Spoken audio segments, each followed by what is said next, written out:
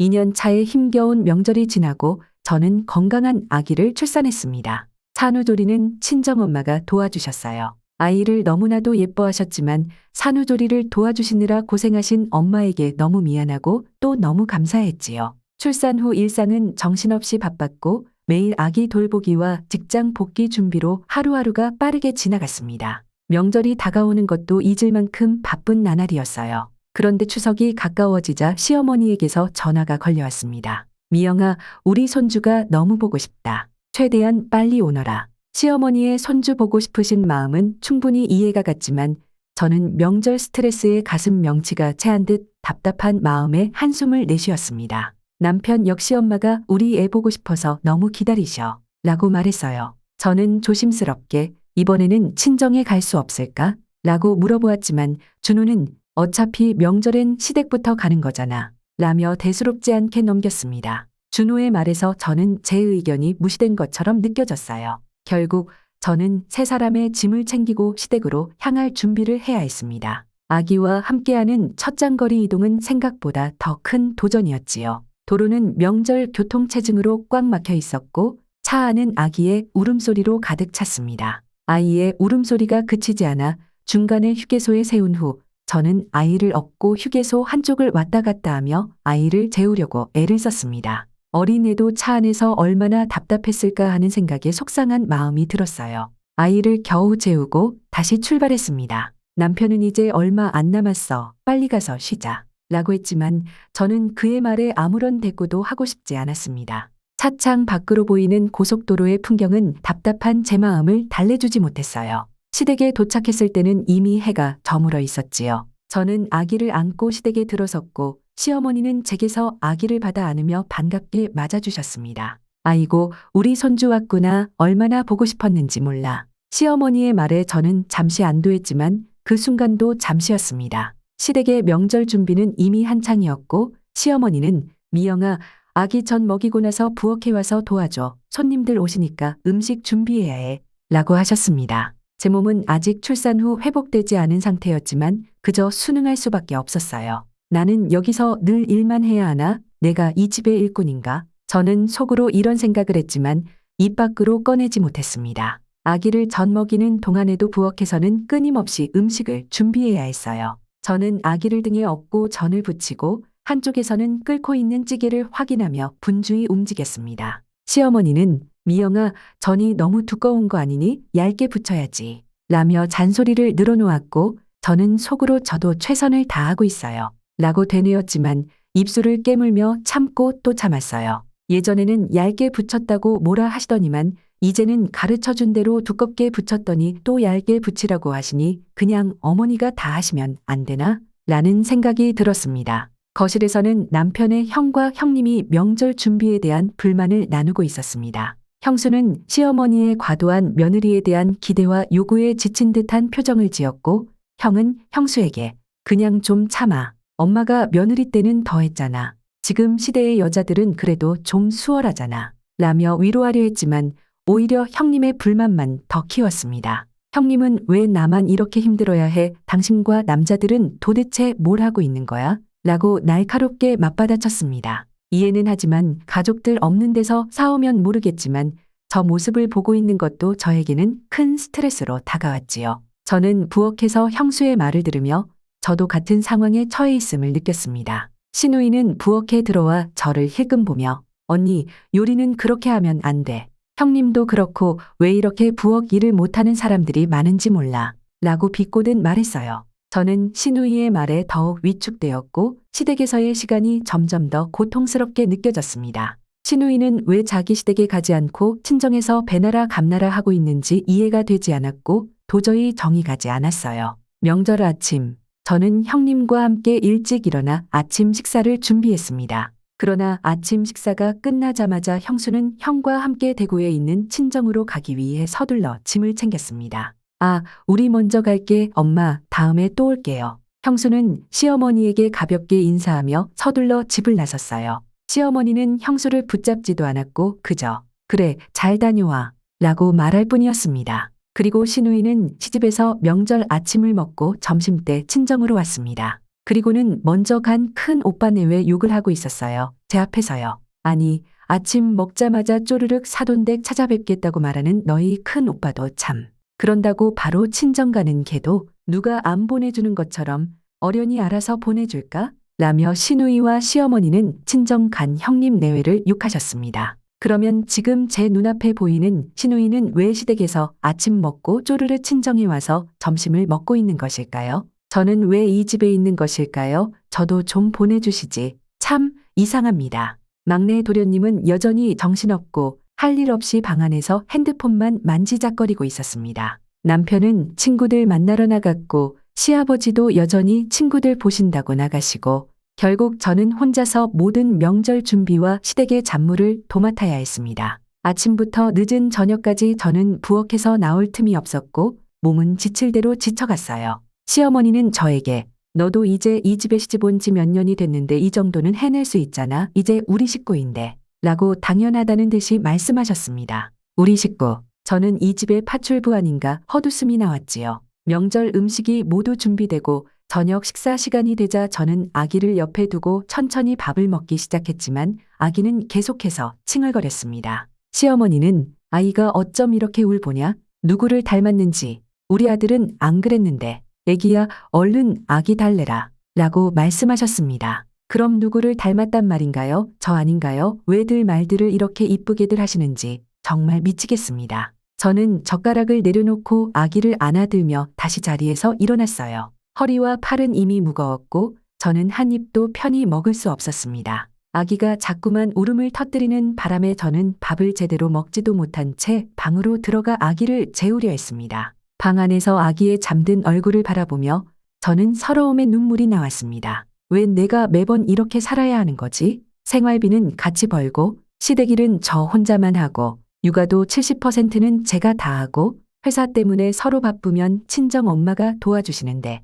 저는 명절에 가족들이 모여서 서로 즐겁게 지내야 하는데 누구를 위한 명절인지 그냥 모든 것에 너무나도 허무함을 느꼈습니다. 방 안에서 조용히 울고 있는 저에게 아무도 다가오지 않았습니다. 저는 참다 못해 결국 남편을 방으로 불러냈어요. 여보, 나 너무 힘들어. 왜 나만 이렇게 일해야 해? 손주 보고 싶다고 해놓고는 왜 아기 돌보는 것부터 모든 집안일까지 다 나한테만 맡기면 내가 어떻게 이것을 다 감당해? 라고 울분을 터뜨렸습니다. 준호는 제 울먹이는 얼굴을 보며 당황했지만 그저 미영아, 명절이니까 그냥 참아. 다들 이래. 라고 말하며 상황을 무마하려 했습니다. 저는 더 이상 말을 잇지 못하고 그저 준호를 쳐다보았지요. 그래, 당신에게는 이게 당연한 거겠지. 하지만 저는 이제 더 이상 참을 수 없을 것 같았습니다. 아기를 재운 후 저는 다시 부엌으로 돌아가 설거지를 시작했어요. 가족들은 이미 다들 자리에서 일어나 각자의 시간을 보내고 있었고 부엌에는 설거지거리만 산더미처럼 쌓여 있었습니다.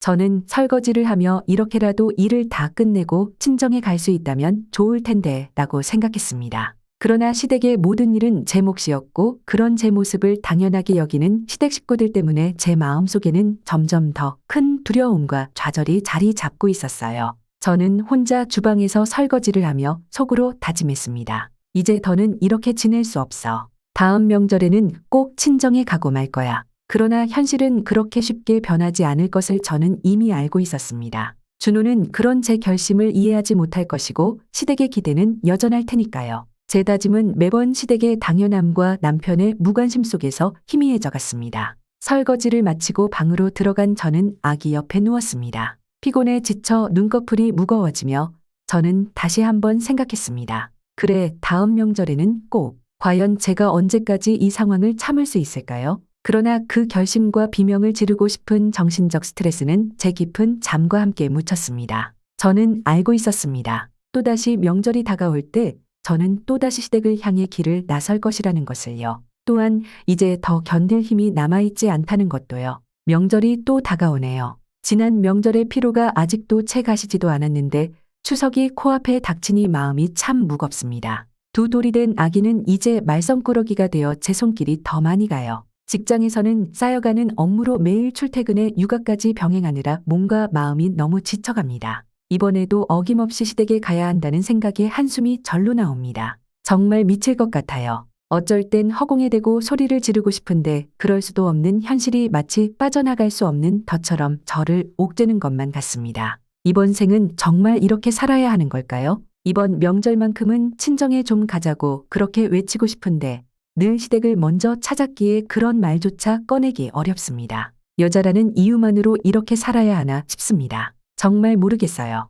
연휴 아침 준우와 저는 새벽부터 아기와 함께 길을 나섰습니다. 전날까지 회사 일을 하고 집에 돌아와 밤새 짐을 싸고 아기를 돌보느라 한숨도 자지 못했는데 시댁으로 가는 길은 또 교통체증으로 가득하네요. 차 안에서 칭얼대는 아기를 달래며 긴 여정을 견디고 있었습니다. 시댁에 도착하자마자 저는 제대로 쉬지도 못하고 부엌으로 향해야 했습니다. 아기는 낯선 환경에 예민해져서 자꾸 칭얼대고 저는 한 손으로 아기를 달래고 다른 손으로는 명절 음식을 준비해야 했습니다. 남편에게 아기를 맡겨보려 했지만 아기는 쉽게 떨어지려 하지 않았습니다. 결국 아기를 등에 업고 요리를 시작했어요. 시댁에서는 제 상황이나 건강을 전혀 고려하지 않았고 제 노동은 마치 당연한 것처럼 여겨졌습니다. 아침 시간이 되자 시댁 식구들이 아침을 먹는 동안 저는 부엌에서 분주하게 움직였습니다. 준호의 형님 댁은 식사를 마치고 바로 친정으로 떠났고 저는 혼자 남아 설거지와 뒷정리를 해야 했습니다. 그러던 중에 시누이가 시댁으로 찾아왔습니다. 시누이에게는 친정이지만 저에게는 시댁인 이곳, 그 점이 정말 얄밉더라고요. 시누이는 거실에 편히 앉아 TV를 켜고는 오빠, 나도 친정에서 좀 쉬고 싶어서 왔어. 라며 아무렇지도 않게 말했습니다. 저는 친정에 가지도 못하는데 시누이가 아무런 거리낌 없이 찾아온 것이 너무나 얄밉더라고요. 시누이는 제 밥상을 보고 이게 다야? 우리 엄마는 이렇게 안 하셨는데 라며 끝없이 트집을 잡았어요. 속으로는 분노가 치밀어 오르는데 애써 참고 설거지를 마쳤지만 시누이의 불평은 저를 더 지치게 했습니다. 시댁에서의 명절이 점점 더 무거운 짐으로 느껴졌고 저는 더 이상 참을 수 없을 것만 같은 생각이 들기 시작했습니다. 제 불만은 해결되지 않은 채로 남아 있었고 제 마음은 점점 무거워져 갔습니다. 다시 오는 새해가 하나도 즐겁지 않았습니다. 구정 연휴 아침 저와 남편 그리고 아기는 다시 시댁으로 향했습니다. 아침 식사 시간이 되자 준호의 형님 댁 식구들은 아침을 먹고 곧장 친정으로 떠났습니다. 속에서 화가 치밀어 오르는데 참을 인 3번이면 살인도 면한다는 말을 되뇌며 억지로 참았습니다. 아기 이유식을 준비하고 저녁에 먹을 식재료까지 챙기고 있는데 시누이가 자기 식구들을 데리고 들어왔습니다. 시어머니는 사위가 왔다며 과일을 깎아 내오고 이것저것 챙겨주라고 하시더군요. 그 순간 정말 모든 걸 다 집어던지고 싶은 심정이었습니다. 친정에서는 부모님 2분만 명절 내내 계신데 무남동녀인 저는 여기서 시누이의 남편까지 챙겨야 하는 이 상황이 너무 견디기 힘들었어요. 그러다 시누이의 아들과 저희 아기가 장난감을 가지고 놀다가 티격태격하기 시작했습니다. 시누이의 아들이 장난감으로 제 아기의 얼굴을 때렸고 눈 위가 살짝 찢어졌습니다. 아기가 울고불고 난리가 났는데 시누이는 자기 아들도 놀랐다며 자기 아이만 챙기더라고요. 그 모습을 보는데 저도 모르게 이성을 놓아가고 있었습니다. 억지로 참으며 저녁 식사를 준비하는데 시누이는 소파에 앉아 TV를 보며 엄마 집에 오니까 이렇게 편하다, 쉬니까 좋다 라며 아무렇지도 않게 말했어요. 그러더니 부엌으로 와서 제가 만든 갈비찜을 한 입 먹더니 좀 맛이 없네, 큰 언니는 잘하는데 작은 언니는 아직 멀었나 봐, 좀 잘 배우고 오지 라고 비아냥거리듯 말했습니다. 그 순간 저는 더 이상 참을 수 없었습니다. 시누이에게 소리쳤어요. 너는 친정이라 편하겠지만 나한테는 여기가 시댁이야. 내가 여기서 너까지 챙겨야 하냐고. 시누이는 비웃으며 그럼 싫으면 너도 친정에 가든가 라며 맞받아쳤습니다. 그 말을 듣는 순간 제 이성은 완전히 무너졌습니다. 제가 끼고 있던 고무장갑을 벗어서 시누이 얼굴에 던져버렸습니다. 시누이도 가만히 있지 않았습니다. 저와 시누이는 서로의 머리채를 잡고 주방에서 격렬하게 몸싸움을 벌였습니다. 저는 시누이를 밀쳐내며 주방에 물건들을 집어던졌고 시누이도 지지 않고 저에게 달려들었습니다.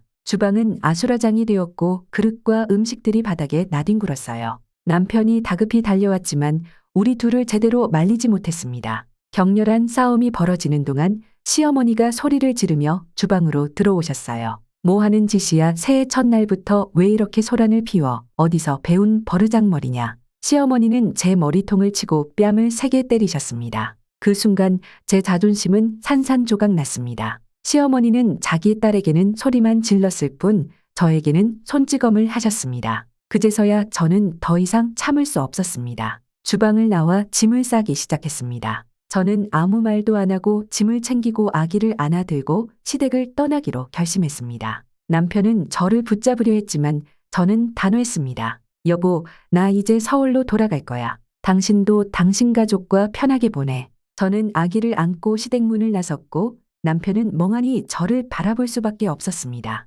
이제 더 이상 누구에게도 휘둘리지 않겠다고, 시댁의 부담에서 벗어나 어떻게 해야 이 가정을 제대로 이끌고 갈 수 있을지를 고민해 보기로 했습니다. 문을 박차고 나오니 차가운 바람이 너무나 상쾌했습니다.